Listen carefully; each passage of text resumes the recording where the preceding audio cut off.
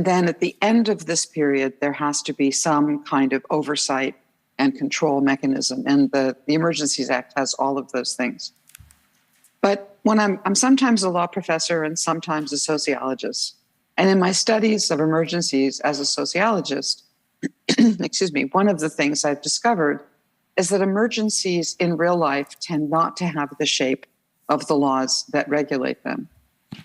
The laws of regulating emergencies are typically designed for situations like, for example, the 9/11 attack in the United States, where something comes out of the blue, surprises everybody, and requires some kind of instant, firm response. And then there'll be some moment when that instant, firm response ends.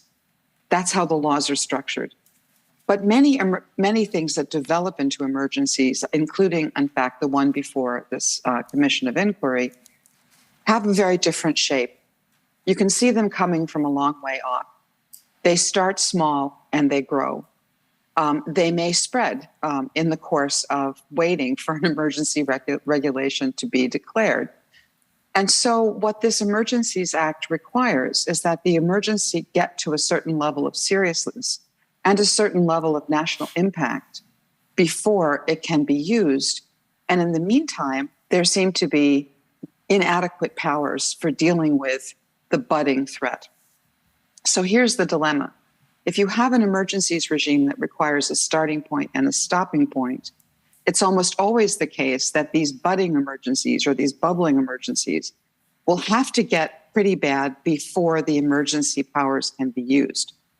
And wouldn't it make sense to head these things off before they required emergency powers? Okay, now it certainly, how would that be done? Well, I think in the Emergencies Act, it's done through saying that perhaps other laws of Canada could be invoked instead. But as was just mentioned by my two former colleagues, this is now a term of art that means federal law. And in a country like Canada, as in the US, it may be that you have state or provincial level issues that are not handled by federal law until they get to be too big, right? So in the course of thinking about, how the Emergencies Act intersects with actually existing emergencies, I'm wondering whether it might make sense at this stage to think about two things. One is whether there might be something that we would think of as sort of a pre-emergency stage, where some steps can be taken to head off an emergency before it gets to the point where it really is very damaging, not through extraordinary measures, but through the use of ordinary measures.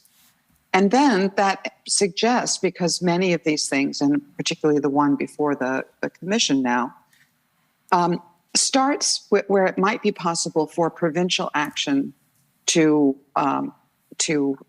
ensure that a protest demonstration stays within constitutional boundaries, and that might counsel some kind of framework for the coordination of provincial and federal powers to ensure not just that public order is restored, but also to ensure that charter rights are actually also guaranteed.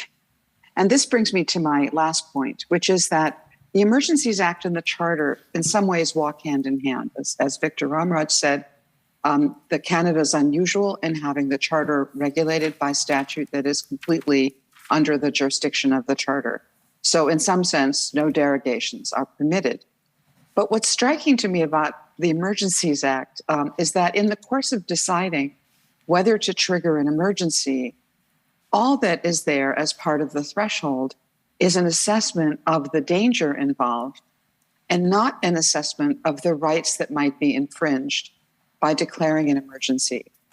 The fact that the Emergencies Act will ultimately be assessed under the Charter by the courts or otherwise suggests that perhaps proportionality analysis in thinking about the impact on rights should be built back into the Charter as an exercise that the executive should go through before actually deciding whether or not to trigger an emergency.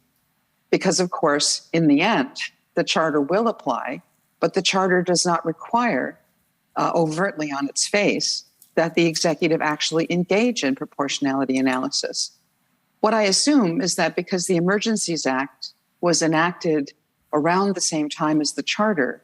It was enacted before the Supreme Court of Canada developed the robust proportionality jurisprudence that it has now. And so it looks to me like the Emergencies Act is kind of a victim of the year in which it was written, which is really before the Supreme Court of Canada had developed such a robust system for assessing impacts to rights. So if one of the purposes of the Commission is to think about how the Emergencies Act might be improved, I would suggest two things. One is to think about what I call this pre-emergency stage, to ensure that charter rights can be realized while at the same time tamping down the possibility that an emergency would have to be declared. And second of all, requiring that to trigger an emergency, the executive not only do, but also make public a proportionality analysis that shows that the executive has taken into account the impact of any emergency declaration on rights. And with that, I'll hand back to the committee, and thank you very much for the opportunity to discuss this with you. Thank you, Kim. Corinne? Hi, thank you. Do you hear me? Yes. Thanks so much. So I'm Corinne Levy. I'm talking to you from New York. I manage the doctoral program at the law school at NYU, and I do my research with the Institute of International Law and Justice. And I think I'll kind of follow Kim on some of her points. Especially my take will try to take us away from this notion in which we started this roundtable today of a necessary, controversial, necessarily exceptional situation that we deal with in emergencies. So, and I'm going to take a broad perspective because I'm not a Canadian. Again, I'm going to talk from a theoretical perspective and from a general perspective. So what I want to do in my comments on the issue of threshold is to shed some light on the problem of thresholds in emergency powers more generally, which is the problem of defining the concept of an emergency and defining and identifying a particular situation as an emergency. And my claim is that the language that the Emergencies Act uses to mark the threshold for an emergency declaration is misleading and unhelpful. It orients the focus of the decision maker and the public to the unknown, the unmanageable, the borderline condition of incapacity, instead of what we really need in times of crisis, which is to focus on capacity, on the many different resources that a society has to confront threats, especially Canadian society. So the threshold of emergency has always been a point of anxiety for theorists of emergency powers and for practitioners of emergencies. This is because emergency is commonly understood in the literature as that which defies definition. Emergencies are defined by their exceptionality, by the fact that they raise occasions for the use of special exceptional power. Think about Carl Schmitt's famous or infamous definition of emergency as a threshold concept, a borderline concept. Emergencies for him is that which is not codified in the existing order, a situation that cannot be circumscribed factually, a case in which the preconditions and the content of jurisdictional competence are necessarily unlimited. So ultimately, we know a real emergency is one which the sovereign decides it is, because the sovereign can act against the law to declare the threat and how it should be solved. And this, unfortunately, is the way that many debates in our area express the problem of threshold. Even theorists who are less skeptical than Schmitt about liberal law and about liberal political institutions are influenced by this anxiety. And emergencies, again and again, are defined as extreme liminal events so that a threshold is placed at the very limit of capacity, signifying the very limit of law, yet contained by law. The problem with this framing is that it encourages a politics of emergency governance that is focused on incapacity and liminality, and that overshadows the real important questions of capacity that defining and identifying emergencies raise. Not only questions of what is the threat, but about who is capable of identifying threats, who holds the knowledge, on the basis of what evidence, what are the processes, methods, standards for identification, what are the levels of consultation, levels of cooperation between agencies and across jurisdictions for determining threats and capacities, etc. Such questions that have been raised before the Commission in the last few weeks are sidelined when the emergency is assumed to be completely exceptional in this liminal way. And although Canada's 1985 Emergencies Act does not correspond to a Schmittian theory of emergencies, in fact, it clearly rejects it. Its language reproduces the anxiety of threshold in this way. So what is the emergency that the Act envisions? And we heard it before, so sorry, I'll try to be brief. And again, we're talking about national emergency as defined in Section 3, and which applies to all the different types of emergencies that can be declared according to the Act. So it is an urgent, critical situation, temporary in nature, that seriously endangers lives, health, or safety of Canadians, and exceeds the capacity or authority of a province to deal with it, or threatens the ability of government of Canada to preserve sovereignty, security, and territorial integrity of Canada, and that it cannot be effectively dealt with under any law of Canada. Now, this language, as others said before, envisions what I call a triple incapacity threshold: incapacity on a provincial level, or incapacity on a federal level, and legal incapacity. By that, it seems to create a very high threshold for the declaration of emergencies, right? But a close reading of it shows that it replicates a Schmittian anxiety about the liminal case. It is oriented to the very extreme case in which competence is lost. And as soon as we accept that we pass this threshold at the very moment of this extreme incapacity, it births or imagines an all-powerful executive who can really take charge. This is an absurd framing. It is responsible for the endless arguments that I think the Commissioner heard in the evidence before him about whether there was really no other law or there was really no other capacity anywhere to be found. Of course, there is law. Of course, there is capacity. It is the law and the capacity that we should be interested in if we want to serve the real purpose of emergency government, which should be, as we heard yesterday in the panel jurisdiction, to avoid the exceptional, extraordinary power to carefully construct and reconstruct regularized, coordinated, multifaceted, multi-jurisdictional capabilities. So this is my note on the threshold. Thank you. Thank you, Karine. Ward? Mr. Commissioner, I'm not, well, I'm a lawyer, or was a lawyer by education and early career. Most of my career has been spent more as an operator than as a lawyer. So what I would like to do is just make a few comments that perhaps close out some issues that came up in the context of the previous remarks. One, the issue of, I deal with it because it's one that has come up frequently in my career, and one I think that is important to put in its proper place, and that is, was there ever an opportunity to use the military as a tool to deal with this? The military have been used in this country. I mean, the last time, in point of fact, was the Oka crisis when the military were called out, although that was a request by the province under the doctrine of aid to the civil power. And in that case, the military were successful in dealing with the issue, or at least permitting a hiatus within which a solution could be negotiated.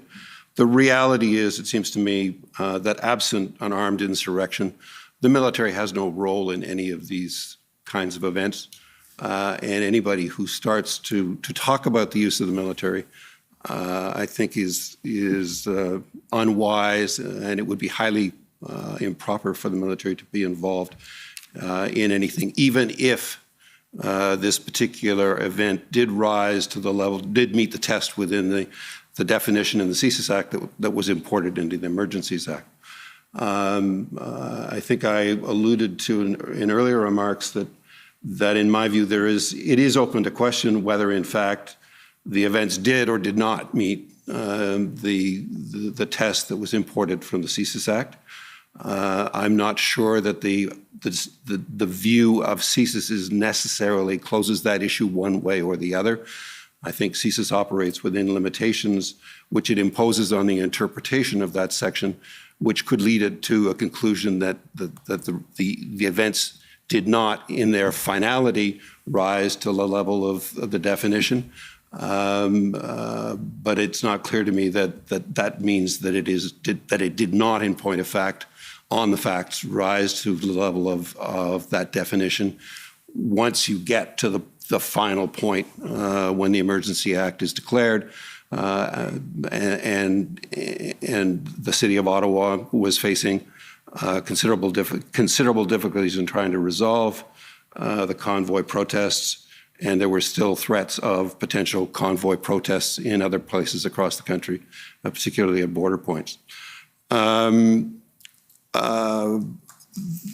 The idea of meeting an emergency before it gets to the point of being an emergency is certainly an attractive one, but in some sense, in the context of Canadian history, political history, constitutional roles, division of constitutional roles, it is almost impossible to foresee a situation in which the federal government can rely on, or you could create a mechanism which would allow the federal government, the provinces and the federal government to resolve these issues before they get to a really serious point. One would like to hope that they would, but it would not be the first time in this country, and perhaps even in this case, that a province refuses, in point of fact, to act to resolve an issue at an earlier stage when, in fact, it could have been resolved, which ultimately leaves the federal government with the only option of actually taking some action. Whether that happened in this case is for you to decide, not for me. I've not seen all of the testimony and all of the documents, but it does seem to me, while it would be attractive to try and deal with emergencies before they happen, that's a role for the provinces, and trying to find a mechanism that would allow that to happen on a routine basis strikes me as, given our history and constitutional divisions of power, seems to me to be an impractical goal. So ultimately, it seems to me the responsibility of dealing with an emergency must fall to the federal government. Whether or not the definitions in this case and whether or not the legislation is sufficient to deal with the kinds of emergencies that lie ahead of us, my view is that it probably is not, and that it requires some additional thought. In particular, in terms of the definition, the threshold definition, but also in terms of the powers that would be required to deal with emergencies in the future, which were beyond what were envisaged in the Emergencies Act when it was done back in the 90s, early 90s, late 80s. Thank you very much. I wondered if any of you might like to address the question of economic emergencies. So this is something which came up in the course of the testimony, and certainly our comparative emergency scholars will know that economic emergencies are certainly conceived of and have been declared and responded to in other jurisdictions. So I wanted to ask whether any of you have any thoughts on this question of economic emergency, whether it fits under the existing framework somewhere, whether it's something that ought to be contemplated in some future version of the Emergencies Act. Are there any thoughts or reflections there? Morris? Yeah, I'll start on this. Thank you very much. I saw a bit of Wednesday's panel and that Ward was on, and I know that there were some mixed views in terms of whether the definition of public order emergency should be amended to address economic security threats and also threats to critical infrastructure, which I think are related. And I have a couple of thoughts on policy questions that should be considered before we kind of rush into doing that. And I guess the first order question for me is whether these are best addressed through emergency legislation or by enacting new legislation. The UK, for example, now has in the House of Lords its public order bill. I think Leah West mentioned this the other day. But that's a law that adds significant new police powers and new offenses in relation to obstructing major transport works and interference with key national infrastructure. And there, I think, are several aspects of this question. It's not clear to me that the Emergencies Act is always the worst option. You can ask questions like, which would be more effective? Which is least disruptive of the rights of citizens? Legislation, of course, will go through a full deliberative process in Parliament that may provide a more robust opportunity for involvement by civil society actors and media, parliamentary hearings. We've had some very good examples. For example, the anti-terrorism legislation in Canada, which was, some people would say, rushed and was introduced into Parliament in October and was law by the end of December. But notwithstanding that, there were hearings before the House of Commons Justice Committee over a course of about 6 weeks where 80 witnesses were heard, and in the Senate over the course of about 5 weeks where 60 witnesses were heard. And those hearings actually resulted in significant changes to that law. So a legislative process can actually be, and I would say that in that case, a lot of the commentary and a lot of the amendments were to scale down the scope of those powers that were provided and to take better account of civil liberties concerns about who would actually be swept into under that law. But that really depends. Kent Roach and Craig Forsays wrote a book on after the Harper government enacted Bill C-51. This happened after a couple of events which took place in Canada in 2014 in Saint-Jean-sur-Richelieu, where somebody was killed, and right here near Parliament Hill. And their critique of that legislation in part was, like the Patriot Act in the US in 2001, it was just rammed through. There may or may not be an opportunity for meaningful input if you're looking at legislation. You know, one also needs to ask the question whether it's better to amend the regular law of the country to create permanent new government powers, to normalize new powers. If you look, for example, at the law that Alberta passed, which I think is being challenged, the Defense of Critical Infrastructure Act, which has been criticized for being overbroad and unclear in its terms. It's not an emergency law. It's part of the regular corpus of law in Alberta. Is that better? Or is it preferable to address these matters through the declaration of an emergency, which is temporary and subject to legal, parliamentary, and commission review?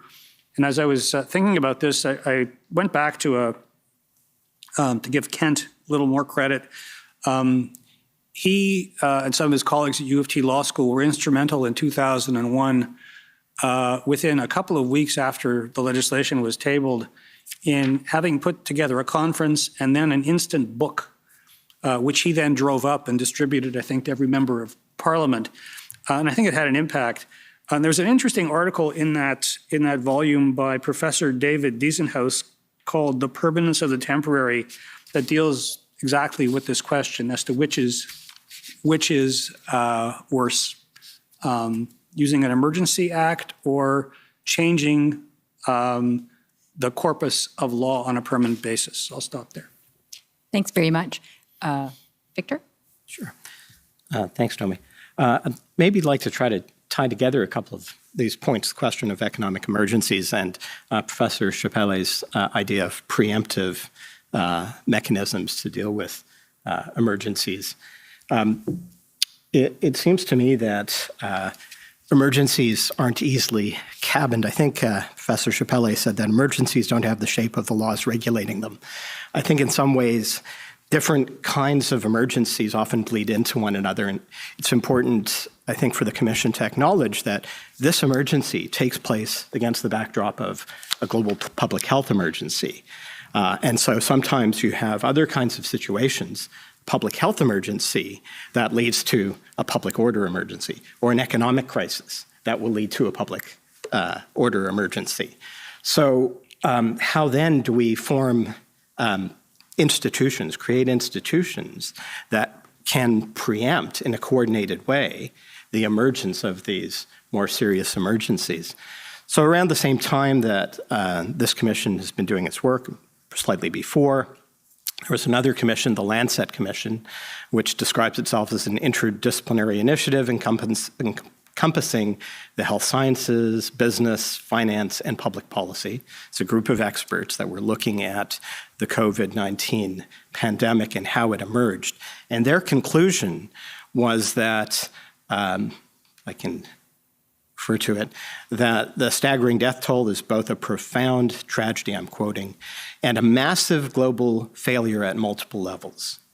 So I think it's important to acknowledge that had the WHO worked as it was supposed to, had, for instance, Taiwan been able to signal that there was a virus that was emerging out of China, but because of its exclusion from the WHO, there were issues, and had there been international coordination, intergovernmental coordination at that early point, we never would have had this emergency, right? So emergencies are often interconnected. And so I like Professor Chappelle's idea that we need standing institutions that have the ability to coordinate so that we can prevent the emergence of these kinds of situations in the first place. Thanks very much, Victor. Kim? Yes, thank you. So I think the question of economic emergency is quite a vexed one. And the reason is actually the opposite of what I identified as the problem with the public order emergencies. And that is that an economic emergency may come on suddenly, which is why people want to use an emergency framework. But it's extremely rare when a sudden intervention into an economy has an immediate effect. So it's not like clearing public protesters where you can do it in a day. You have to make an economic fix, and then it may take months before that economic fix works its way through an economy. So you have this opposite problem, right, which is you may have sudden onset, but then the effects will have a long tail, so that deciding when to end it may be actually very difficult. So given that economic emergencies have this more systemic quality, it seems to me that those can be regulated more through ordinary government regulatory powers rather than through an emergency framework, precisely because I think it's extremely hard to know when an economic emergency ends. And then you have this problem of, the bubbling happens after the emergency action is taken. So most emergency laws do not have economic emergency as a category. They have more or less the other categories the current Canadian Emergencies Act has. So I think most of the things, if you walk through examples, most of the things that might count as an economic emergency can probably be regulated in other ways. Can I just ask a question of clarification? Sorry, when we talk about economic emergencies, are we talking about things like a global financial crisis, or are we talking about things like a blockade on the Ambassador Bridge that prevents supplies from going back and forth across the border and results in, people losing their jobs, potentially the loss of confidence in the United States on Canada's reliability as a trading partner, because they're very different. Commissioner, do you want to? I don't know. It's up to the panel to figure it out. Certainly on the facts of this case, the economic impact that was testified to resulted from the closure of the Ambassador Bridge and the impact on jobs, both in Canada and the U.S., that were affected within days of that blockade. So I think on the facts of this case, that's the economic emergency that was discussed. But of course, economic emergencies can be broader. And I guess that's part of the issue with emergency legislation is that we can't really say in advance, is the next thing going to be this or going to be that? So that's our challenge. Kim, did you want to respond? Yeah, so I think that actually what the commissioner just said was very helpful, right? Because the problem there is not that the problem didn't originate in an economic crisis. The problem originated elsewhere, and the Emergencies Act has a system for handling that. If you have something like a global financial crisis where the problem sort of originates in the economy, as it were, then the kinds of measures that must be taken are really much more in the matter of state economic policy, which will need to be longer term than you imagine an emergency should last. So that's precisely why I think economic consequences can be weighed in considering these other kinds of emergencies. But having an emergency just for economic reasons strikes me as being an unnecessary extension of emergency powers. That's a great clarification. That sounds exactly right to me. So as we now move into our second hour, we're going to turn our attention to questions of accountability, which of course are entwined with questions of around the threshold. So accountability is a necessary condition for trust in representative government. It thus sits at the very heart of our political system. So in day-to-day governance, there are various layers of accountability. Policies undergo public consultation, bills are debated through multiple readings, parliamentary committees invite diverse perspectives and deliberate, the press and the public scrutinize the process, courts review, and ultimately we hold elections. But emergencies challenge some of these usual mechanisms. Urgency necessitates speed and decisive action, shifting deliberation to after a decision has been taken. And earlier types of emergency powers had historically sidestepped checks and balances entirely. Often contested claims of secrecy exacerbate these conditions. So some parts of the Emergencies Act facilitate legal accountability, including the objective standard that the governor and council have reasonable grounds to believe emergency measures are necessary. But many provisions of the law, including this commission, enable public accountability that includes, but also goes beyond legality. Legality alone doesn't determine the rightness of state action. The promise of public accountability is important in itself, but it also serves as an informal constraint on government action. Whatever government chooses to do, they know they will be held accountable, and there is evidence that governments behave with greater caution when public scrutiny is inevitable. But how well that works depends in significant part on the good design of accountability mechanisms. They have to work in order to work. Our panelists will now consider how legal and public accountability provisions in the Act might be tightened for the future, mindful in particular of the challenges posed by government claims to secrecy. What are the appropriate functions, strengths, and limits of the Act's current accountability mechanisms? What mechanisms might maximize openness with respect to classified information, cabinet secrecy, or solicitor-client privilege, all in the service of public accountability and public trust? So here we're going to begin with Karine. Thank you, Naomi. Thanks. So again, I'm going to be general in my comments. And in terms of accountability, I think that the Emergencies Act envisions a very rich environment of accountability mechanisms, institutional conditions for answerability, for account giving, for assumption of responsibility, encompassing the obligation to report, explain, and be answerable for resulting consequences. And maybe if we use David Eisenhow's terminology, these could also be described as rule of law furniture or assemblages of institutional structures that make legality possibly real even in emergencies. And I agree with Nomi that it's not only about legality, but it is an important aspect of accountability. But this setup of an expansive and a layered structure of accountability may seem like a moving target for those individuals who were affected. What will they be able to challenge? The declaration, the measures, the oversight process, and where, and in particular when? How likely is it, for example, that a court will challenge the measures when an emergency declaration is in place? Will a court challenge the declaration of emergency when an inquiry is still taking place? Are each one of these mechanisms independent, or are they reliant on one another? What is the division of labor between them? And when does one end and the other begins? Now, I can't answer all these questions, of course, and I can't also provide policy recommendations, but I want to provide one general suggestion on how to understand the relationship between these mechanisms, or one way to understand the relationship between these mechanisms by connecting them to the problem of time in emergencies. So again, a general problem in emergency powers. So often emergencies are characterized by the problematic that we can call the problem of no time.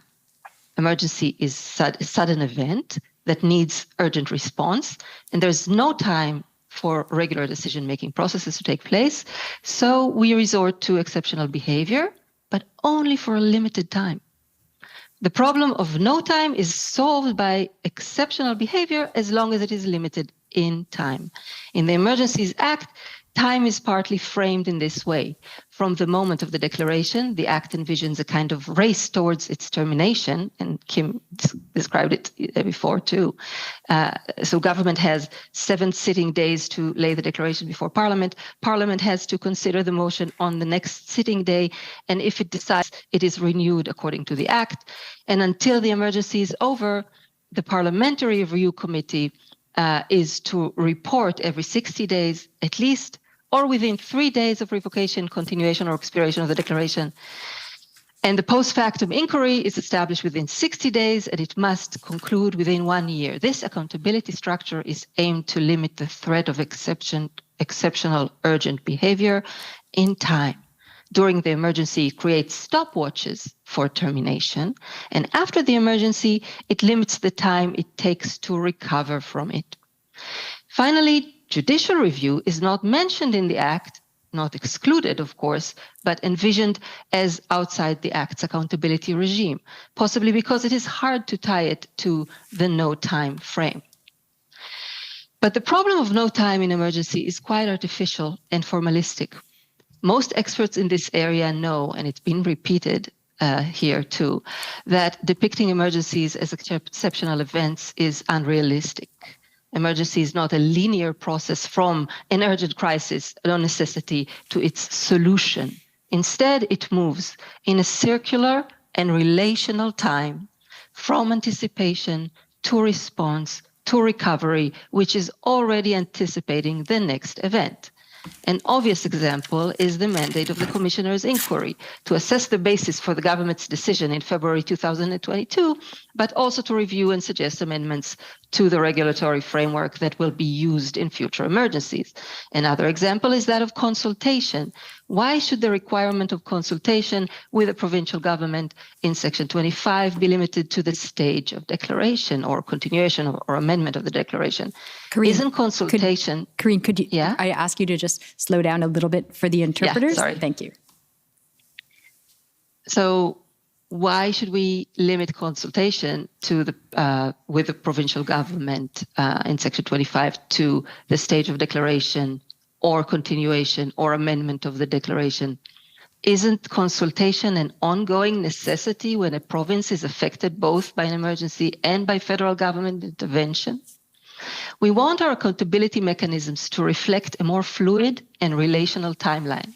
That means that it doesn't make sense or much sense to think of each of the mechanisms as completely restricted to its own place on the timeline.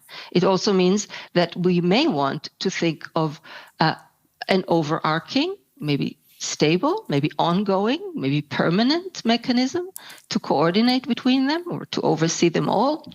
It doesn't mean that we need to flatten them out There can still be different roles, different timeframes for each of them, but they should not behave as silos of accountability, especially not silos of the knowledge that is being created in these processes. And we heard yesterday in the roundtable of interjurisdictional responses why a modern multi-agency and multi-jurisdictional governance structure for emergencies needs to be in place to facilitate ongoing reflexive and transparent coordination between the different relevant actors involved in identifying threats and responding and planning for future events. And I think this idea of an ongoing process of consultation rather than the anxiety of no time should also guide our interpretation of the relationship between different accountability mechanisms in the Act. Thank you. Thank you very much. Just a reminder to everyone to try to stick within your 5 minutes while also slowing down for the interpreters. So, Hoy, take it away. Great, thank you so much. So I'd like to address what I think of as two kinds of tensions around accountability. So the first, and it's been alluded to, is a kind of tension between consultation, effective consultation with those who are affected, and time. The second tension that I'd like to think about, and again, it's been alluded to, is about transparency with respect to the legal basis for a declaration of emergency and the interest of the Attorney General in solicitor-client privilege. So let's start with the first one. So as Karen just mentioned, under Section 25, the parties that are envisaged to be consulted are the provinces. And of course, that makes all kinds of sense within our constitutional system. But I think that in many circumstances, cities are the places where emergencies happen. Their residents are the people who are the most affected. They may have the most knowledge about what is happening on the ground. They also have the greatest political incentives to be responsive. So I suggest that perhaps cities be brought into the consultation process. Now, of course, this gives rise to questions of time. Section 25(2) already envisages a situation in which the provinces cannot be consulted without unduly jeopardizing the effectiveness of the proposed action. Now, I imagine that you could design a regime so that you could have a similar kind of exception for municipalities and for any other party. As my colleagues have said, accountability to the public, accountability to the affected governments is essential. And I think the simple fact that municipalities are not a part of our division of powers and do not have formal constitutional authority is not a good reason to exclude them from consultation. Second, the question of transparency and solicitor-client privilege. So I think one of the challenges of the Act that we have in front of us is that it states a legal ground for action, right? That is, there has to be a reasonable basis. And also under 17(2)(a) in the declaration, the Governing Council has to concisely state the affairs constituting the emergency. Yeah? So the question is, how do we convey the legal basis upon which the Governor and Council acted without compromising solicitor-client privilege? I think we have a model of this already. We have charter statements. Charter statements are not legal opinions. They give an understanding of what kinds of reasons would lead the Attorney General to think that there was a legal basis for action, in that case, for legislation. So in this instance, I think a sort of simple response to some of the concerns around transparency and solicitor-client privilege would be to have within the requirements of the concise statement of the affairs constituting the emergency, a requirement that a general understanding be conveyed to the public and to other political actors of the legal basis for the declaration of a state of emergency. So two general tensions. One tension between accountability and time, And as I say, I think municipalities are essential partners. And I think that the time issue can be addressed in the way that it has already been addressed under Section 17, under Section 25(2). Second, the issue of transparency around the legal basis and solicitor-client privilege. And once again, I think we have mechanisms within our existing system to ensure that kind of accountability. And with that, I turn the floor over to my colleagues. Thank you very much, Hoy. Kim? Yes, thank you. So I want to put the emphasis in this part of the discussion on backward-looking rather than forward-looking. One of the reasons for having accountability mechanisms is because you want the decision makers in the moment when they actually have to make a decision like this to have like a little bird sitting on their shoulder saying, one day, someone who's not under this time pressure will look at what you've done. In other words, one of the big functions of accountability mechanisms is not just to hold someone accountable after the fact, but to allow the decision makers to know ahead of time, in some ways, that their decisions will be reviewed in that way. If you have a situation, and emergencies are, I think they're more predictable than Karine just said, but I think the legal framework assumes that there'll be some pace that could not be anticipated under normal rules. When that happens, it's very hard to specify in advance precisely how the power should be exercised. So the best you can do is to say, after you're done with all of this, we're going to look at every single thing you did to make sure that what you did was reasonable, rational, accountable, had a legal basis, and so on. So I think we should, as we design or think about the accountability measures, a lot of the purpose of them is to have an effect on the decision maker in the moment. That leads me to think that there's one other thing, although the Canadian Act is full of accountability measures. There's one kind of accountability measure that's not there that might be worth thinking about. And that is, now that Canada has two emergencies, I'm thinking about the October crisis and then this one, it might be an extremely useful thing to ensure that new governments in Canada are educated about how these emergencies went and what the aftermath looked like before they have to make the next decision, which is to say, if there's some kind of, training program for incoming governments or for, sort of incoming, for the decision makers that are going to eventually be in this position, it would be very helpful for them to know the history before they start to develop a new course. In fact, I think it's kind of a strange, I thought it was actually a beneficial side effect of having your prime minister being precisely the one whose father had to deal with the last crisis, that probably made him wait and be more careful when he finally exercised the power. Then might have been the case if you had a prime minister who hadn't grown up with the shadow of the October crisis directly in their family. And that makes me think that perhaps knowing this history is something that may be very important for future prime ministers to have. Finally, let me just say one thing about what could happen during these accountability measures after the fact. The question is why we have them. And we worry about emergencies for two reasons. One is, of course, for their impact on rights. And this raises the question about what's the standard of assessment. And there's, of course, a judicial review mechanism in place for individual problems that arise out of these emergencies. Excuse me, I just coughed. But what I wonder is why, again, proportionality analysis isn't built into the assessments, both at Parliament level and at the Commission of Inquiry level. Again, this is going to be the standard courts use. It's the standard for thinking about how to be compatible with charter rights. And it might be good to make explicit that this is one of the standards to be used.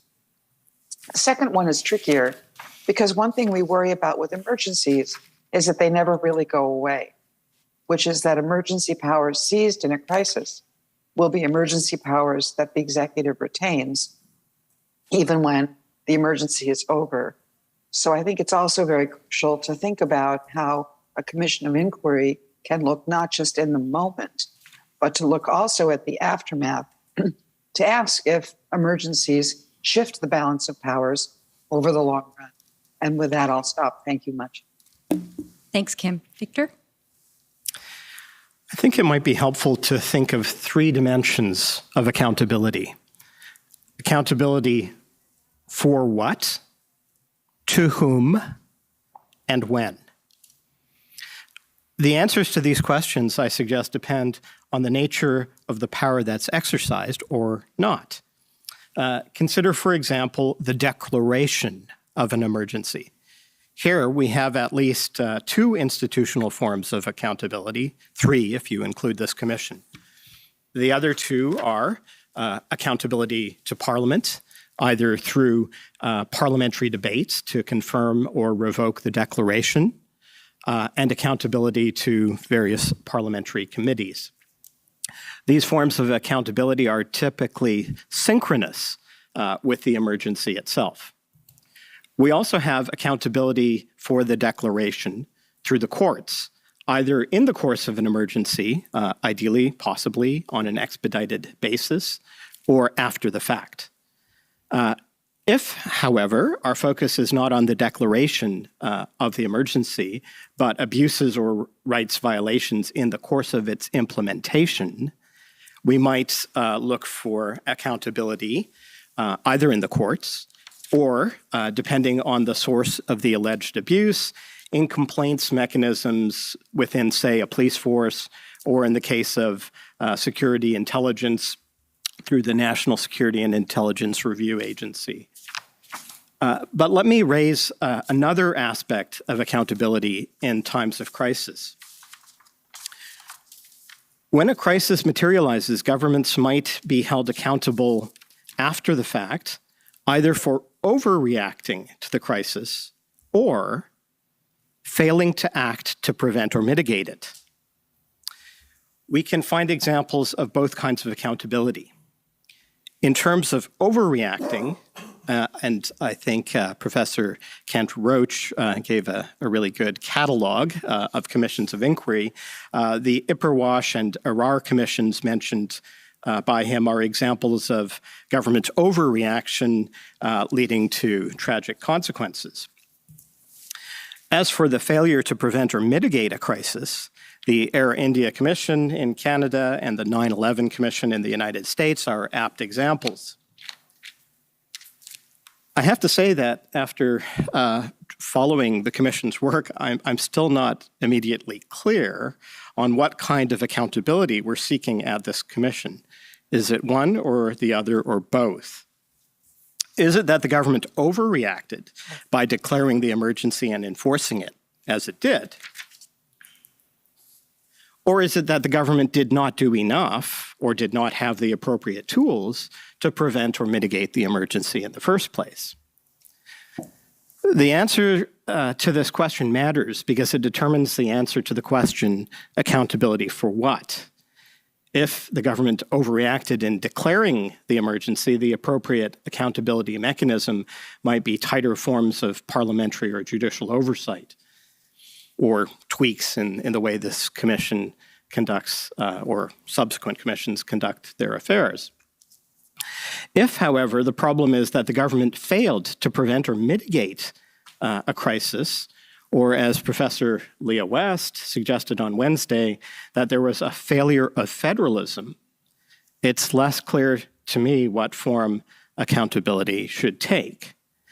Commissions of inquiry can, of course, urge or recommend legal reforms, and I hope that this commission might add its voice to those calling for more effective and perhaps following Kim, preemptive interjurisdictional coordination. Thank you, Victor. Ward? On the issue of accountability, Commissioner, my view would be that, frankly, that the accountability structure, as it currently stands, for the most part, makes sense. And I'm not sure that there is some need for a new level of accountability beyond what exists. I'm not so sure that the role of the parliamentary committee beyond its initial involvement was sensible, but to suggest that to Parliament that parliamentary committees are not necessary is probably not something that anybody will pay much attention to on the Hill. So the reality is that will happen if Parliament wants to do it, almost regardless of what anybody else says. But I think it has worked. I think in this particular case, the mechanisms have worked reasonably well. Clearly, the government has been, from all of the testimony I have heard, being very careful about how it proceeded in this case. Whether up to you whether or not it has acted properly or not, but clearly it has exercised a great deal of caution. It has also been very careful to respond to questions and concerns, and to appear before the Commission. No ministers have refused to appear before the Commission. Clearly, there has been political accountability throughout this, and the government, if it acted improperly, will be held to political account, which is at the end of the day how our system works. It all seems to me actually that it has worked exceptionally well. There may be questions about the time, in particular about the time available for the Commission to do its work. And that obviously is something well within your purview. And I have no real sense of I'm sure that the task is a difficult one, but I have no real sense of whether the timeline is too short or insufficient. Having said that, I would also say, I think in my career, worked on some 30 or 40 Royal Commissions. Royal Commissions tend to expand to fill the time available to do the work. So I think it would be important, even if there were to be more time for the Commission to do its work, that it not be open-ended. But I think, frankly, what I have seen, the accountability mechanisms are frankly about right. As to the issues of solicitor-client privilege and cabinet confidence, having been a government lawyer for some years, no government is ever going to give up either of those issues for obvious reasons. And so I'm not sure that it is worth a lot of effort to deal with those issues. Although Professor Kong's suggestion, I'm not familiar with those statements. Frankly, it comes after my time as a lawyer. But if that would work, it might help a little. But the reality is, no government, and I certainly would not advise a government to give up on cabinet confidences or solicitor-client privilege. Once you've given up once, you're on a slippery slope. And I think no government will ever do that. I wonder, Ward, if before we turn to Morris, I might ask you, so I know at some point someone had floated the idea of using the NSIRA or the machinery within NSIRA as a oversight mechanism, with respect to solicitor or client privilege. And I wondered whether you might want to just briefly comment on that before we move on. I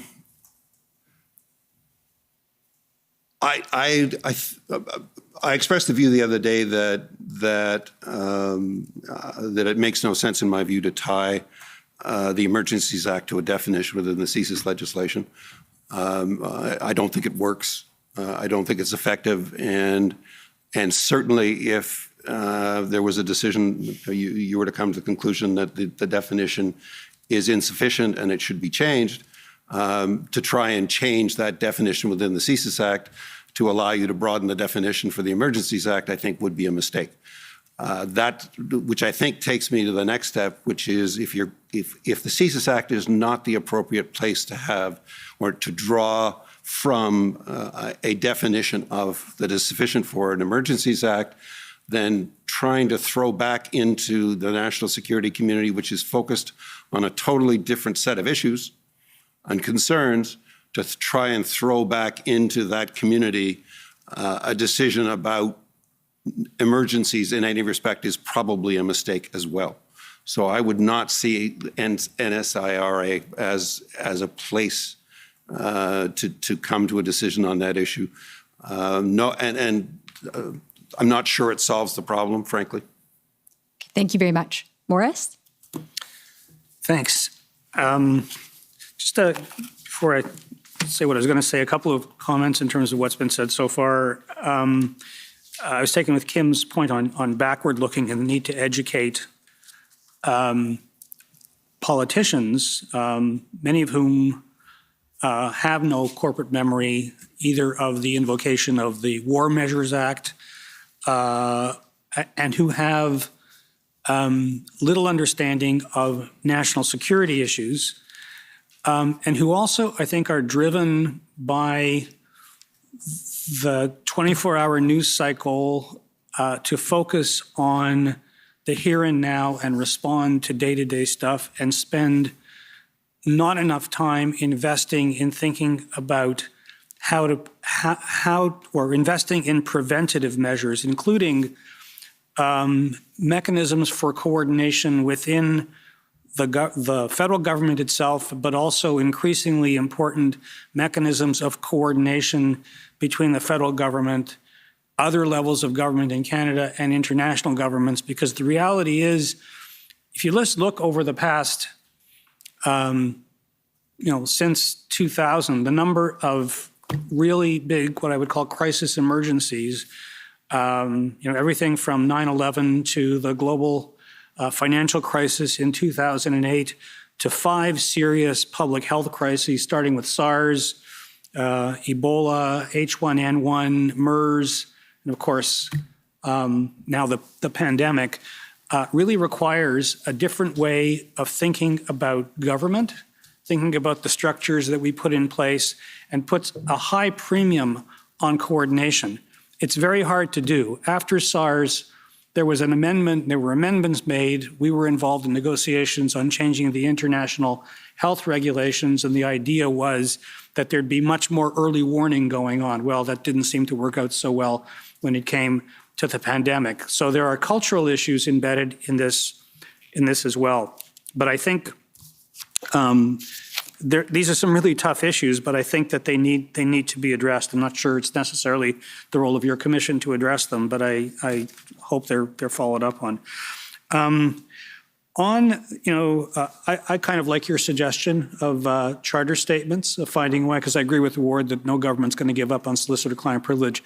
So if there is some way of getting at that, that would be great. I also think there is at least still one outstanding legal challenge by the Canadian Constitutional Foundation. I'm not sure about CCLA, if they've got one going too, but it seems to me another way of testing the government's legal theory is through judicial review.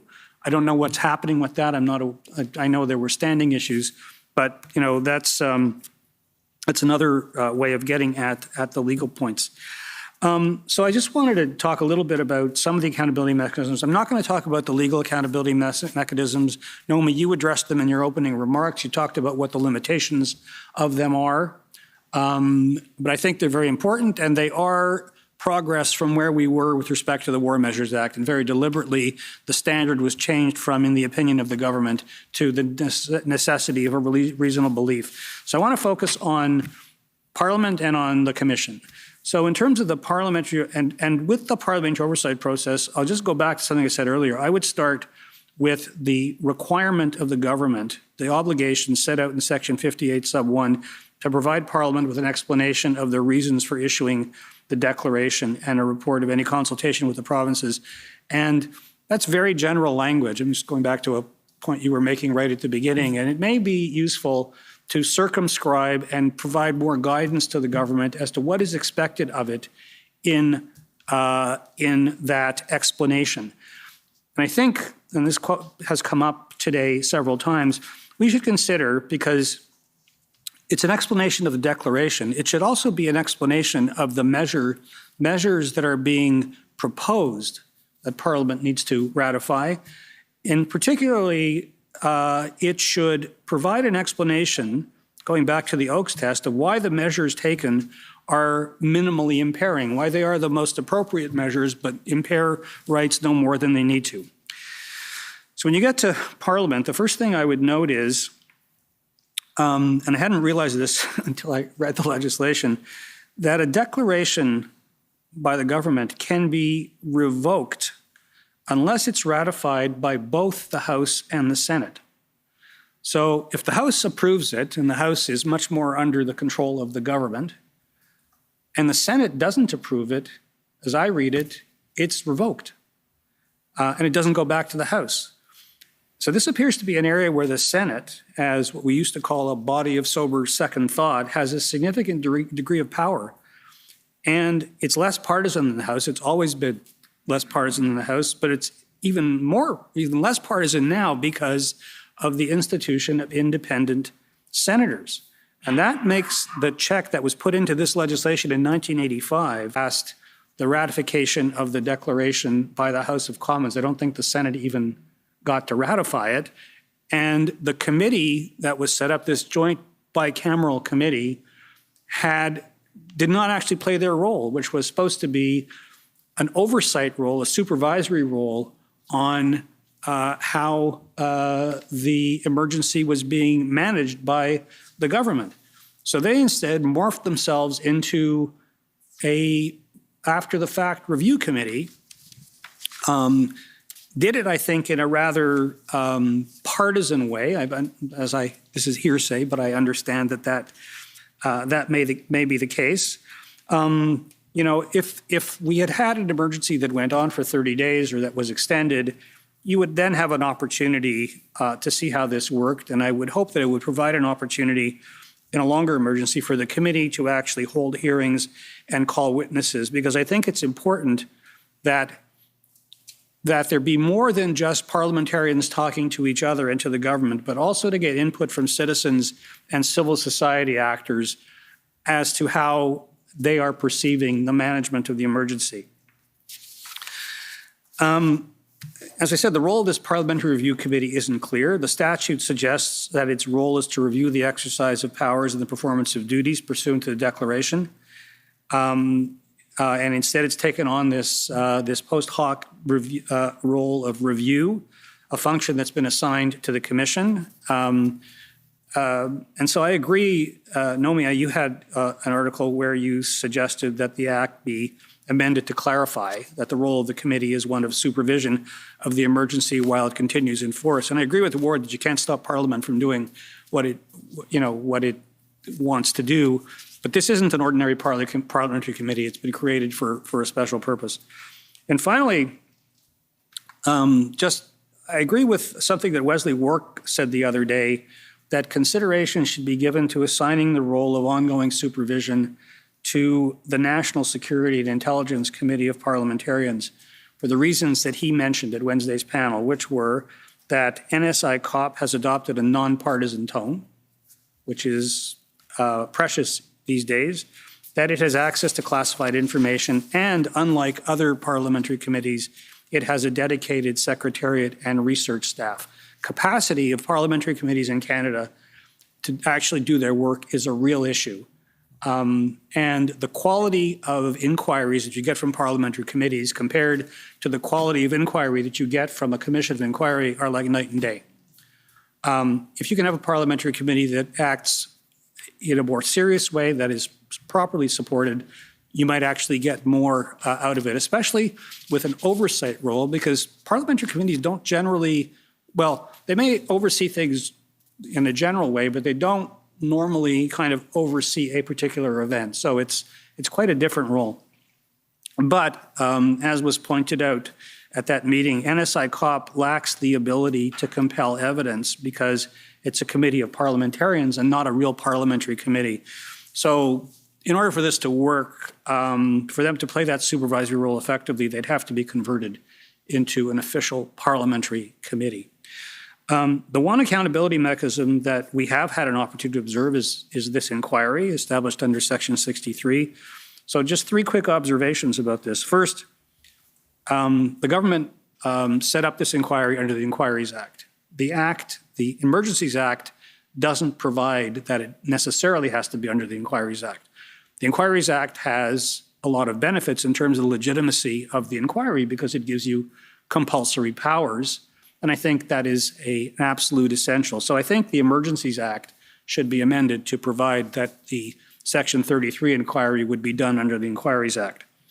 Second, I think the time frame is too short. I agree that it shouldn't be endless. I think this has been just a huge undertaking for the Commission and for the Commission staff, the very, very broad mandate. And I think that something like at least an additional 6 months for the inquiry to do its work would be reasonable. I also think there's one other element of accountability, and I think accountability can be improved if there was a requirement for serious follow-up to the Commission's findings and recommendations. Because I think it's probably common knowledge that there are far too many instances of governments, and not just the federal government, calling commissions of inquiry gets politicians out of hot water for a while. They can always say, well, there's a commission of inquiry that's examining this matter. They spend millions of dollars. They have voluminous sets of findings. They make recommendations. The government says, well, thank you very much. And, you know, we certainly are going to study these and we even accept them in principle. And then they die. Meanwhile, you're functus. Once this report is issued, the commission no longer exists. So what happens to these recommendations and you know, findings, and whether they're recommendations about changes to the law or changes to practice or training or whatever?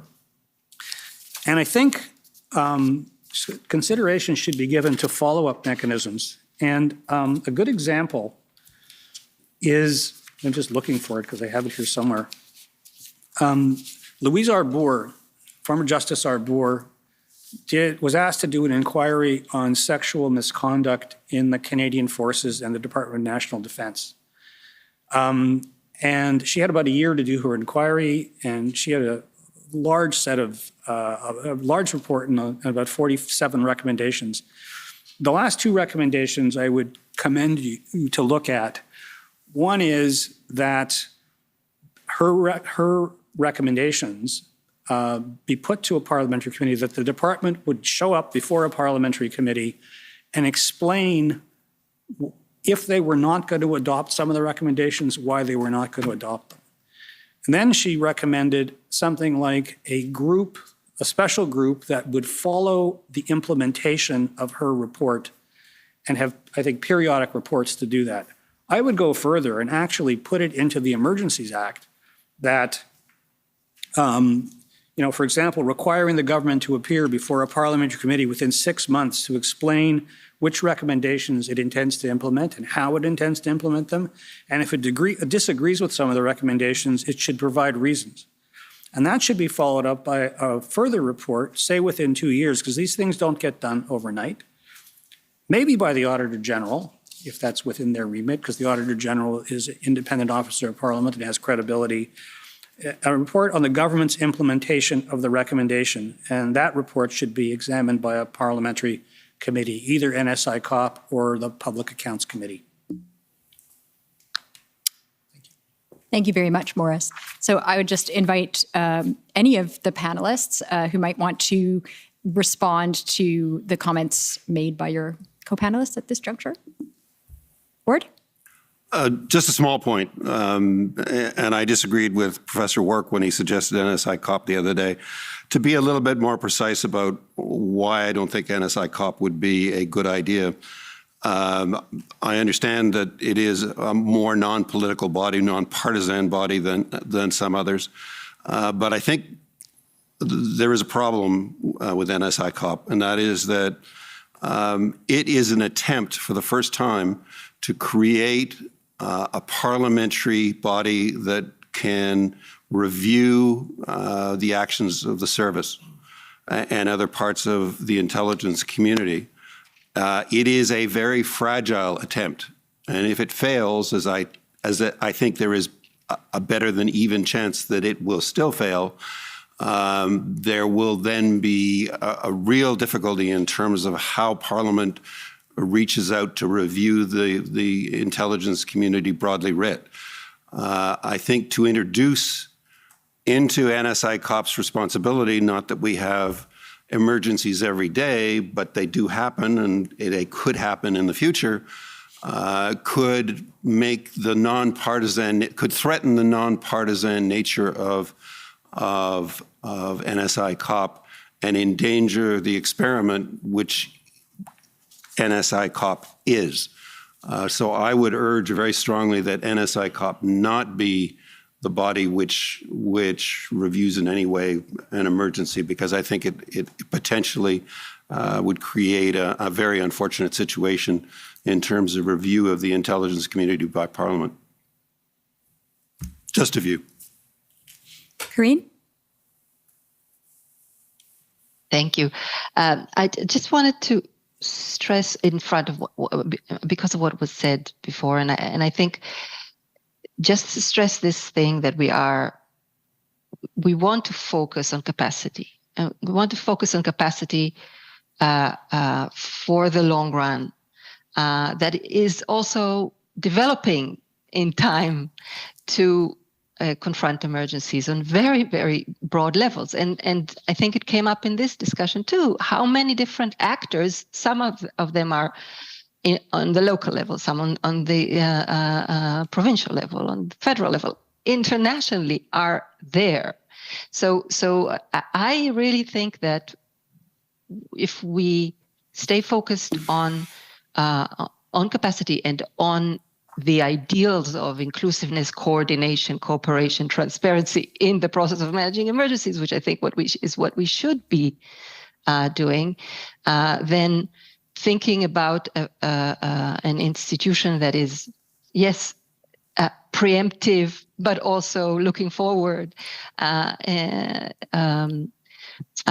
follows up on recommendations that includes different actors from this community of emergency responders, which is varied and diverse, and but still has very specific roles in it, of course, too, is important to recommend. So, yeah, thank you. Thank you. Anyone else? Yeah, I wanted to, a question I have is what is the instrument that you use to do some of these things? I think everybody would agree, I would certainly agree that with the point that you made, Hoy, about more consultation and consultation with municipalities. In fact, as I understand it, in this situation, there was a fair degree of consultation with the Mayor of Ottawa, the Mayor of Windsor, personally with the Prime Minister, other ministers, I think. And there's always a question to me, you can put things into legislation and not every emergency is going to involve municipal governments. The key for me is that you develop norms of behavior and a culture of consultation. I think we actually have that, and it to some extent it's personality dependent. And a lot of this, I mean, there are a lot of intangibles in this too. A lot of this is about the kind of leadership you have and the relationships that were developed before the emergency actually happened that you can then pick up the phone and call on. A lot of this stuff is going to happen informally. And if that instinct, that reflex isn't there, putting something into legislation isn't necessarily going to make it so. So I think there's a deeper issue of governance that needs to be addressed. And I wouldn't want someone to say, well, we've put it into the law, so it's all okay, because if that's all you've done, you probably haven't solved the problem. Thank you. I think I'm going to, before I go any further, are there questions that you still have, Commissioner, that we haven't addressed yet? No, I think you're getting at the issues that I have to deal with, and very helpfully so, I can ask. All right, so I'm going to throw one thing out there, which came up, I can't remember, it came up in the course of a conversation at some point. So what would happen, so we've discussed how this Commission of Inquiry does its or fulfills its function in part by sitting like a threat over the head of anyone who's going to use the Emergencies Act. So they know if they're going to use this legal instrument, that everything they've done is going to be carefully scrutinized thereafter. But we saw that the Premier of Ontario, for example, opted to make use of parliamentary privilege and to refuse to give evidence before the Commission. And so I wondered if we might want to contemplate what might happen if, in some future scenario, the government who made use of the Act made use of parliamentary privilege and refused to give evidence before the Commission. Word? I'm not sure that there is anything that one can do to freeze that in the legislation or ensure that in the legislation that never happens. But it seems to me to be relatively unlikely, as long as we remain a democracy, that a federal government that had declared an emergency would then refuse to appear before the bodies that were created to review that mechanism. I'm not sure you can I'm not sure legislation solves everything, and I'm not sure there is any point in trying to legislate everything. It's a bit like, I suppose, they always say about generals that they're always fighting the last war. In some sense, whenever we lawyers pass new legislation, we're fighting the last war as well. I'm not sure you want to try and fight all the wars in legislation. It's a never-ending struggle. I think I hope I haven't lost my train of thought here. The other issue that I think is no, I've lost my train of thought here, so I'll let you. I think what you've said is so far is very wise. Kim?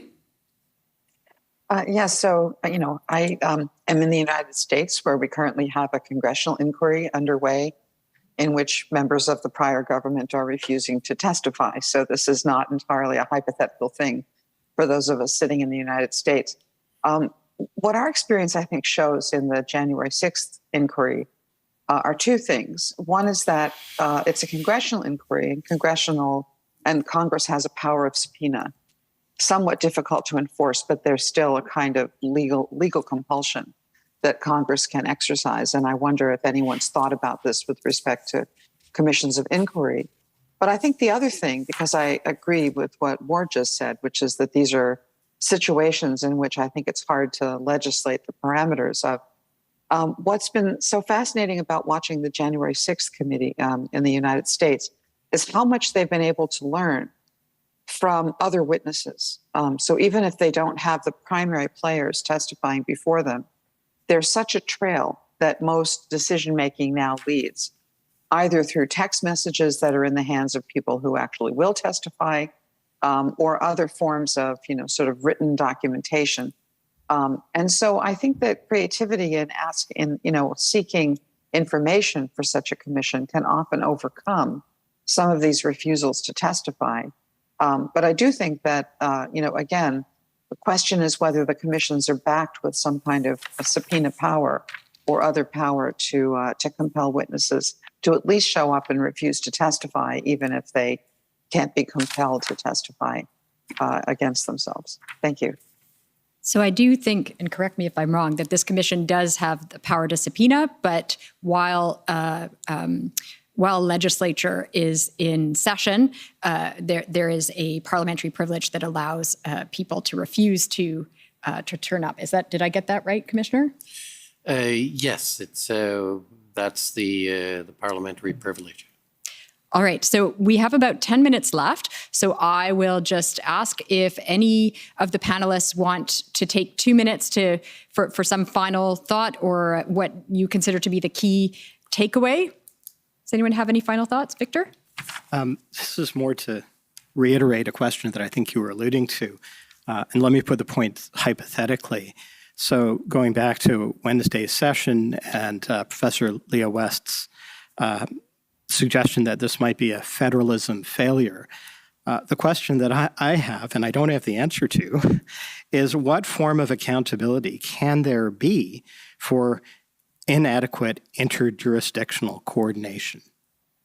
I think that's what we're getting at, in fact, when you were talking about these subpoena powers, because if the problem is a failure of interjurisdictional coordination, it's not clear to me how you match an institutional form of accountability. And we saw that with the Lancet Commission. So that, to me, is the essence of the problem. Kim? Yes, and actually just following on that, because I do think this goes to my pre-emergencies issue, which is that if something starts off as a problem in one province that doesn't adequately handle it, it may become a national emergency by virtue of not being headed off with lawful powers that take into account charter rights, at some earlier stage. So one of the things that this may suggest is creating structures that can better handle these forms of coordination outside the context of the Emergencies Act, which is to say, to think about, many countries did this, after 9/11, where they tried to look at some of these jurisdictional gaps and to figure out ways to coordinate the responses of provincial authorities, national authorities, tribal authorities we haven't discussed in this particular session. But, in a complex form of government, there are going to be all of these different powers that could be brought to bear to address this kind of crisis. And it might be worth thinking about how to put some coordinating mechanism in place so that the different levels are accustomed to communicating with each other before you actually need them to take some kind of action. So that suggests, in thinking about my sort of pre-emergency framework, that would be one way to handle these situations. Thank you. Thanks. Morris? Yeah, thanks. Just on the same point, I think history has shown that after every one of these crises, mechanisms do get put in place. So after the SARS crisis, there was I think a reinforcement of coordination mechanisms between the federal government's public health agency, which was created as a response to SARS, in fact, and provincial public health agencies. Post 9/11, I think there was more, there was a sort of a greater level of collaboration, and the use of either existing mechanisms of intergovernmental cooperation, or in some cases the creation of new committees. There is no shortage. There's a very thick infrastructure of committees of intergovernmental coordination in Canada. The question I think that has to be asked before we start creating new mechanisms is, how are these mechanisms working, and where there have been failures, why are they failing, and how do we fix them? So I agree completely with Kim that you need this. In fact, we have a lot of it, but it isn't necessarily working on all cylinders, and there should be a review or several reviews, because it's not just a question of national security. Public health is a good example of how people are working together in these areas. Thank you. Anyone else? Oi? Yeah, so Morris, I really liked your thought about norms of behavior and how informal norms are kind of essential in this area.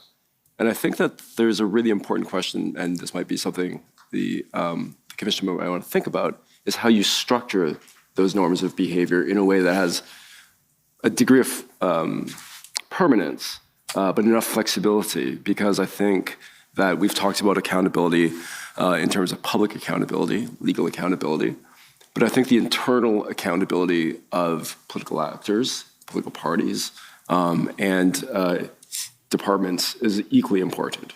So I think for me that's an absolutely essential point. All right. Well, on that note, perhaps we'll take our break and. Oh, sorry, Karine, go ahead. I missed your hand. Okay, so I will say, I think that was said again and again. This issue of having a framework for an ongoing place in which these norms and behaviors are going to be generated, but that it cannot be legislated, or at least not that it has to be beyond or under legislation. There's something else going on the level of administration and the level of the society itself. But I wanted to say one thing that maybe to connect to the beginning, to the question of threshold, to the question of liminality, that I think we should be careful of. And so Canada does have a very robust set of mechanisms, and it's admirable. And I've been like looking at this from the perspective of outside of Canada in the last week or so, and it was really interesting. But there's something we should not forget, which is that what happened in Canada this year is in a way a part of a global trend which took place in COVID and after COVID of using exceptional emergency mechanisms to deal with different kinds of crisis situations. And this happened, there was a wave post 9/11, this is another wave. And so I think if Canada would find a way to both pay attention to this, limit this tendency within its own governance, but also to learn from this something more substantive about the way the management of emergencies and crises should be taking into the future. It would be a great thing. So yeah, thank you very much. Thanks very much, Karine. So we'll take our break now and then turn to questions from the parties. Okay, so they will rise for a half hour and come back at Noon. Noon. High Thank noon. you. Yes. Okay, thank you. The commission is in recess for 30 minutes. La commission est levée pour 30 minutes.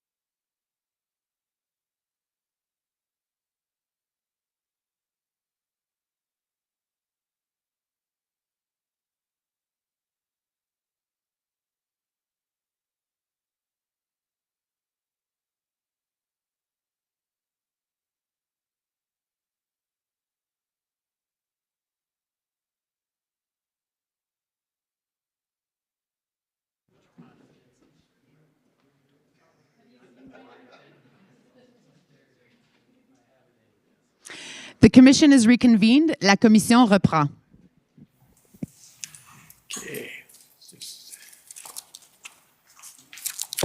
Okay, so we're back. Nous voilà de retour. We are back.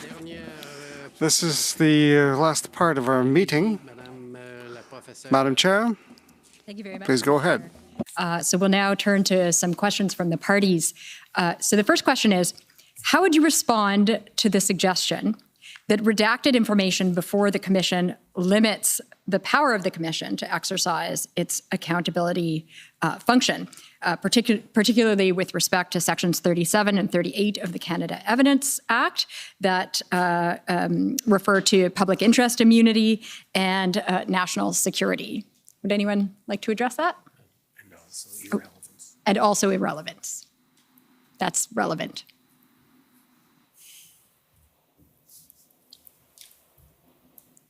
Ward, I feel like you have a thought. A thought. It would be hard to say that it does not affect the ability of the commission to reach a conclusion. Having said that, there are issues of national security. There are cabinet issues. There are cabinet documents, cabinet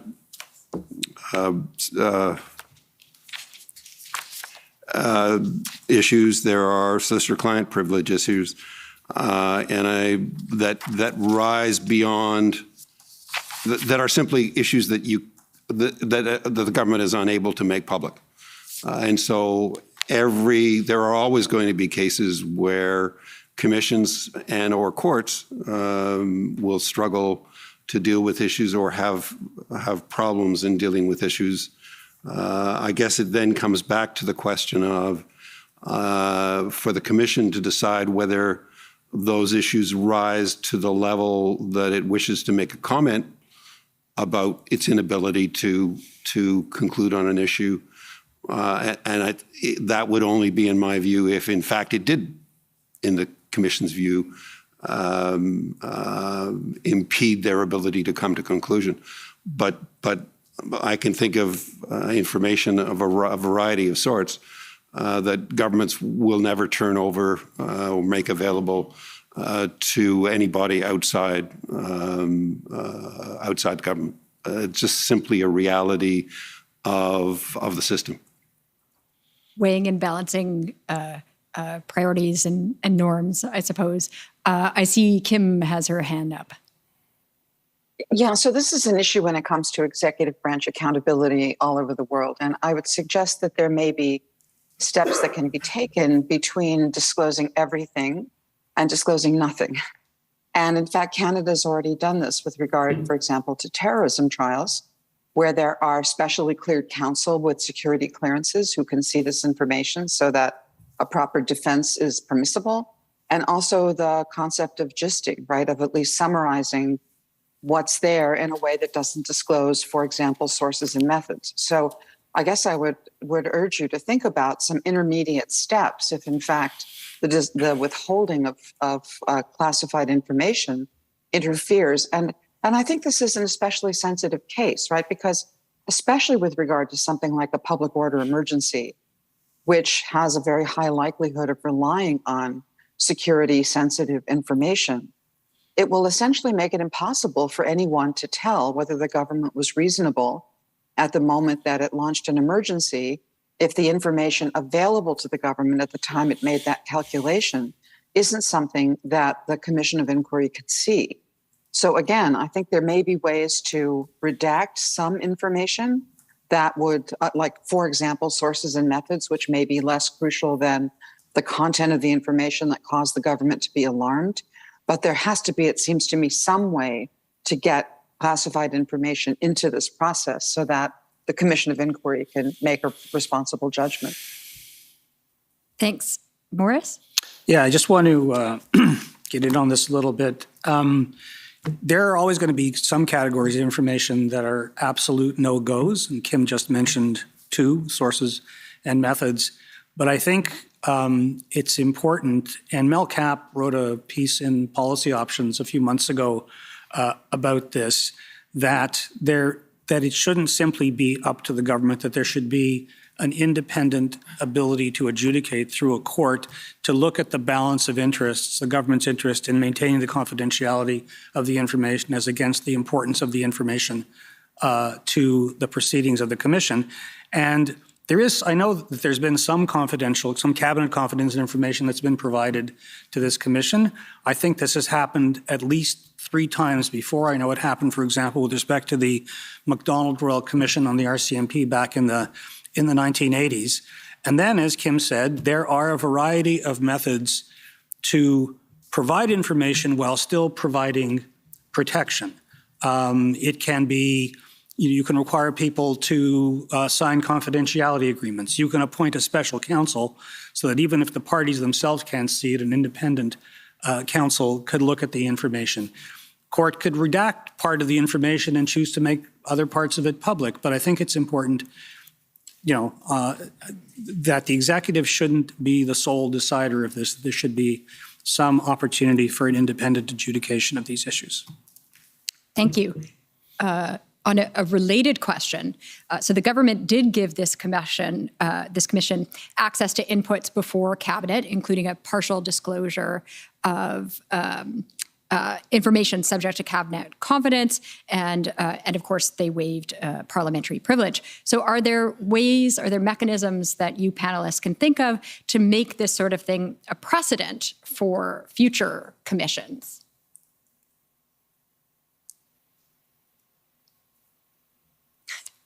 Apparently not. In some sense, the mere fact that it happens even up to a certain point means that in future there is a precedent for doing something similar, which is part of, in a sense, the slippery slope argument. The instant you do anything, you do create a precedent for the future. I think ultimately the reality is here on all these issues is the government pays a price if it doesn't provide some information. If it provides none and the commission says something, or a commission says something about the failure to provide information, the government pays a price. So the government is, again, this is a political system. It is the government, the price the government will ultimately pay is a political price, and that's the way the system works. Right. So this is an example of public accountability, even in those areas where full legal accountability might not be possible. Karine, I see you have your hand up.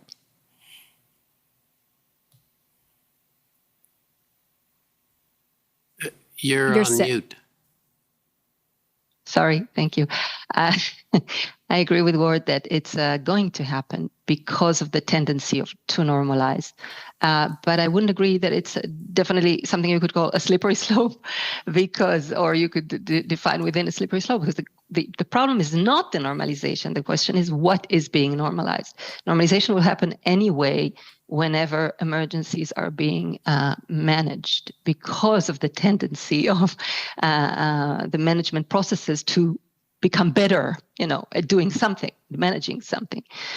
So I think we should understand that the flow of information is a critical feature of every emergency. And the question is, what is the structure for it, and what are the mechanisms that enable it, restrict it, or create communication and coordination around it?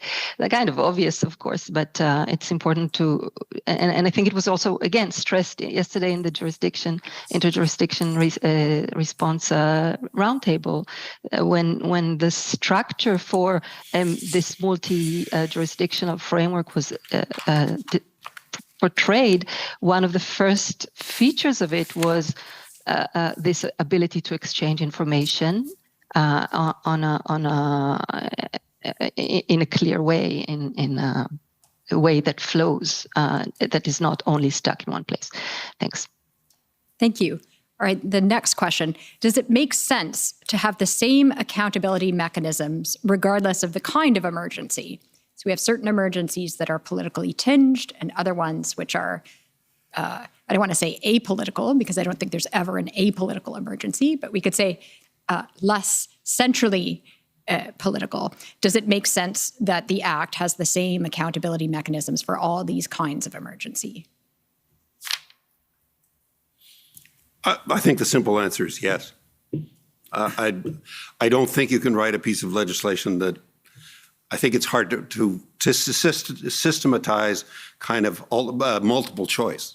I think you have to, you pick your mechanisms of accountability, and those are the mechanisms of accountability.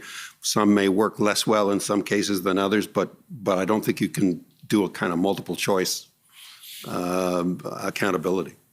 I suppose that's one advantage of having different kinds of accountability. Morris? Yeah, I would agree with that. I think it's hard to anticipate exactly how these things are going to roll out. So that I can imagine, for example, a public welfare emergency, if one were to be declared, that started to impose draconian measures on people that were limiting of rights, perhaps, and there's room there for a proportionality or minimal impairment analysis, so there'd be a role for judicial review in a case like that. I can think of other examples of, public welfare emergencies, natural disasters, where judicial review really wouldn't be a particularly relevant factor. I do think, and I think that the kind of review that you'd have in Parliament in a public welfare emergency, it might be a lighter hand of review. You might see, if you were dealing with a natural disaster, than you would in something like a public order emergency that is more directly impinging on rights. But I agree that I think keep them all. There's a menu of things, and they can be applied as needed depending on the circumstances. Kim? Yes, so I think emergencies are like water. They seek the lowest point. And if you have a kind of, lesser emergency that has fewer oversight mechanisms, you could imagine more serious emergency or more political, shall we say, emergencies being disguised as the less political ones. So I think it's actually important to have all the mechanisms in place, because one of the questions, as it has been in this inquiry, is this the right category of emergency? And if you have different accountability mechanisms for different emergencies, you make that a much harder thing to ask. So all the accountability mechanisms, I think, should remain. Thank you very much. Okay, the next question is a bit of a rephrasing or a regrouping around a topic we briefly touched on earlier. So one way of understanding so we were talking earlier about economic emergencies that begin as economic and economic emergencies that arise from, for example, public order circumstances. So we might think of this as an economic emergency versus a question of economic security. So the question is, should the impact on the economy be considered in declaring a public order emergency? So is an impact on the economy an aspect of a threat to national security? Victor? Again, I think emergencies tend to bleed into one another. And so the economic factors, you can imagine a very serious economic emergency where millions of people are losing jobs or losing their livelihoods. That kind of emergency can transform into a public order emergency. So I think in that sense, it needs to be taken into account. But again, I think it's hard to say that emergencies don't morph into other kinds of crises. And I think this public health emergency that's transformed into a public order emergency is a perfect example. Oi? Yeah, I think the way the threats to the security of Canada is framed, there's kind of a connection between conduct and outcomes. And so if you were to think about economic impact as an overarching goal, I guess just the question I would have is, do you think it's within the same sort of structure as the rest of the threats to the security of Canadians? More generally, I think, if we think back to the anti-inflation reference, the Parliament can enact legislation. So I think you can ask the question without putting it within the structure of emergency legislation. Thanks. Kim? Yes, I was just going to say the same, which is that I think there are other mechanisms for handling economic crises, even shock economic crises. But it does seem to me that there may be an economic component. Again, proportionality analysis is the guide here. Some economic impacts actually affect fundamental rights.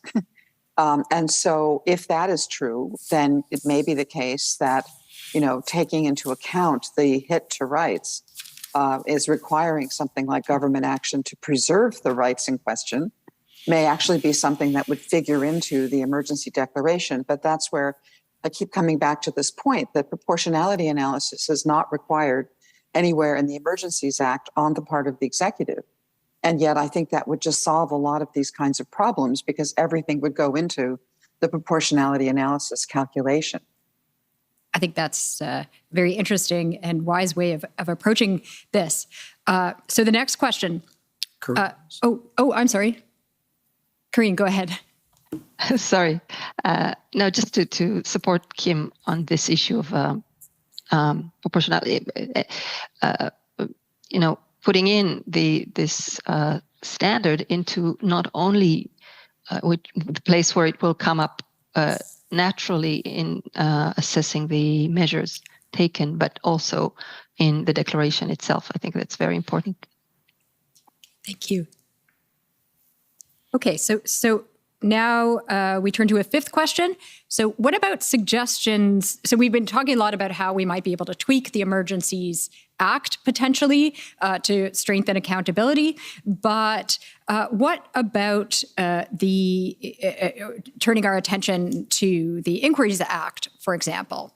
So if we want to strengthen the commission or any future commission's ability to do its work and to hold some future government to account, might it make sense for us to look at, or to encourage a look at the Federal Inquiries Act, which has a lower, or which has fewer powers than, for example, provincial inquiries legislation. So, do we have thoughts there in terms of potentially strengthening the Inquiries Act at the federal level?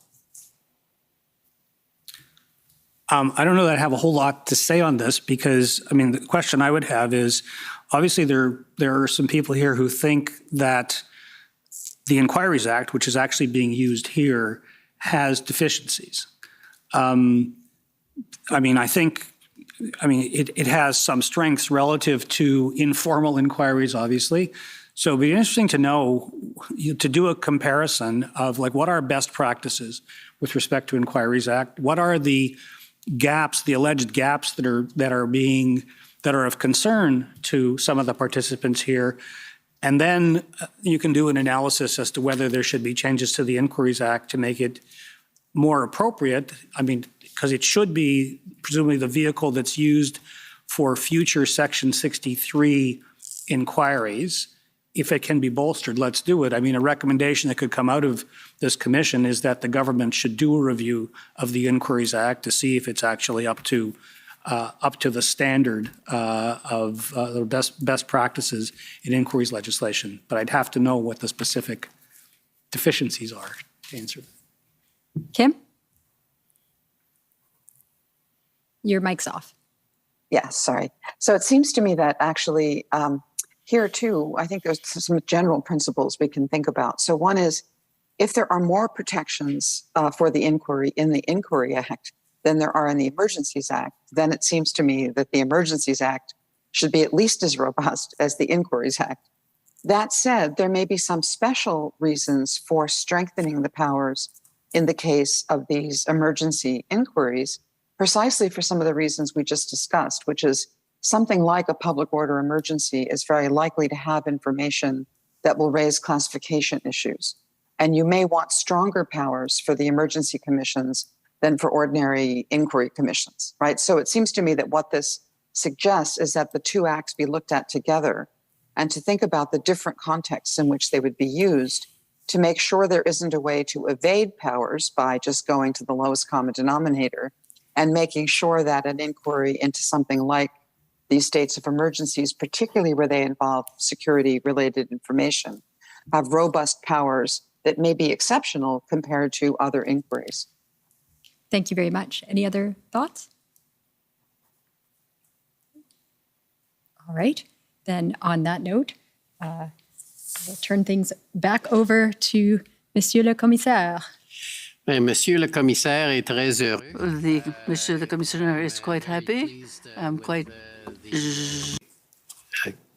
I guess all of the submissions, comments, recommendations that have been made by this group. I want to thank you all for your thoughtful participation. Obviously, you've put a lot of time in preparing and taken the time to participate. So thank you very much to all the participants, the panelists. Merci beaucoup à tous, and a special Thank you very much, all. to Professor Lazar, who's put a lot of work to make sure this would be as productive as it has been. So thank you in particular to her for her ability as chair of this committee or this panel.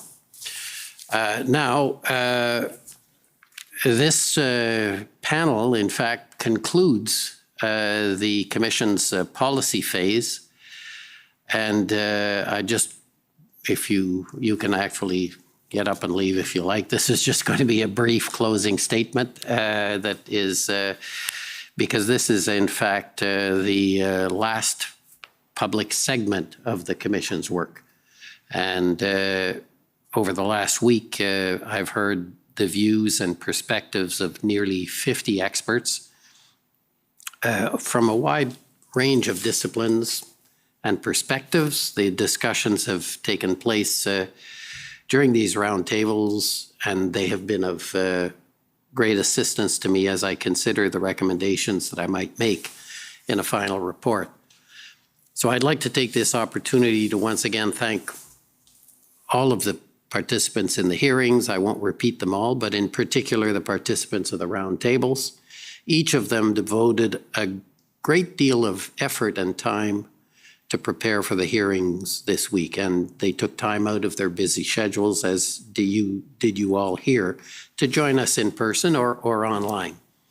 I appreciate the willingness of all who have volunteered their time and energy to assist me in discharging my mandate. I want to also thank the Commission's Research Council for their efforts to organize and coordinate these policy hearings. Without their hard work, this week would not have been possible.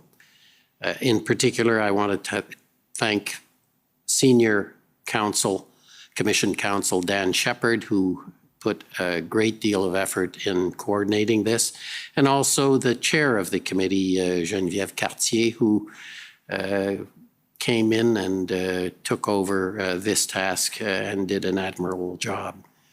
So this concludes the Commission's public hearings. I'm told that since we started on October 13th, seems like a long time ago, we've held over 300 hours of hearings and entered more than 9,000 exhibits into evidence. J'entamerai maintenant ma réflexion. I would like to start thinking about all the information that I received during these past 36 days, and I'm waiting with interest to get the observation by the parties on the political aspect of my mandate. These are due in about a week. Once these observations received, I will concentrate my efforts on preparing my final report, which will be filed at the beginning of the next year. I hope that this report will help the understand the events of January and February 2022, and particularly to understand what the federal government has done, why it has done so, and if these actions were justified. I would like to thank all those men and women who have taken part in this process. Thank you to everyone who participated in this process. I want to thank you all. Je vous remercie tous. We will adjourn for the day and until the report is filed, I guess. Thank you all. Merci. The Public Order Emergency Commission is adjourned. La Commission sur l'état d'urgence est ajournée.